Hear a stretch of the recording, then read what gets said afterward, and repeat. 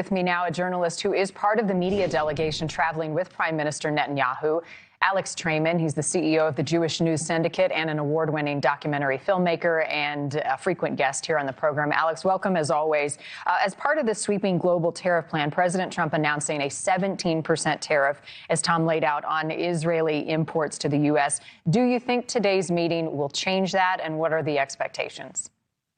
I think Netanyahu is hoping that this meeting, in fact, will change that situation. Just in the 24 hours ahead of Trump's tariff announcement, Israel had announced that it would completely remove all tariffs on American products to Israel. I'm not certain if the Trump administration received that memo ahead of their sweeping tariffs announcement. But for Netanyahu, not only an opportunity to make sure that the startup nation is not hit by harsh export tariffs, which affect its technology, as was mentioned earlier, but actually that he gets to demonstrate global leadership as being the first world leader to come and to deal with the president on an issue now that is facing so many nations. And I believe that Netanyahu is going to come with a conciliatory approach, which hopefully will help President Trump and establish a model that other countries can follow if they, too, want to see some kind of break on the stiff tariffs that are being imposed. It's an important trading partnership, the U.S. and Israel. What's the sentiment between the two leaders going into this meeting?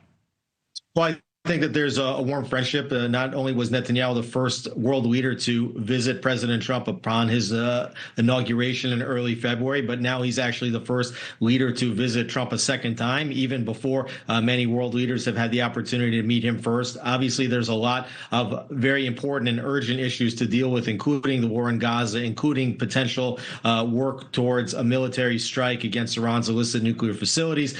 So I do think that this meeting is going to be held in a spirit of friendship, and I'm hopeful, and Israel is hopeful, and Prime Minister Netanyahu is hopeful that some kind of reconciliation can be made with regards to the tariffs, that Netanyahu and Trump can both walk away from the meeting with significant wins. On the Gaza front, Israel has renewed its military campaign in the territory. What are the expectations of that framework of the discussion? Well, yes, Israel has renewed its incursion into the Gaza Strip. It's taking a new course of action. It's actually dividing the Gaza Strip into a series of different regions that are separate from one another, taking new corridors to divide cities from one another in the Gaza Strip, making it easier for Israel to maintain a military presence in the Gaza Strip over the long term, which is a major shift in the policy, something that the Biden administration really did not want Israel to do, but clear that the U.S. administration giving Netanyahu a green light to do that. Netanyahu believing that it's only through very, very strong military pressure that it's the only way to get Hamas to release the remaining hostages. And what do you believe will be top of mind when the two discussed Iran today? I think the question is, what would negotiations look like? Iran calling for indirect negotiations through Oman, the United States talking about direct negotiations that are out in the open.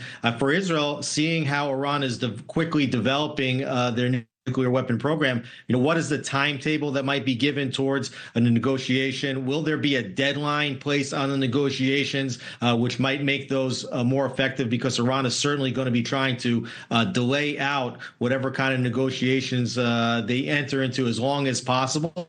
And whether there might be a timetable for an imminent either Israeli military strike or some kind of joint military strike on Iran's illicit nuclear facilities. All right, just one of the many things we'll be watching today. Alex Traiman, as always, thank you.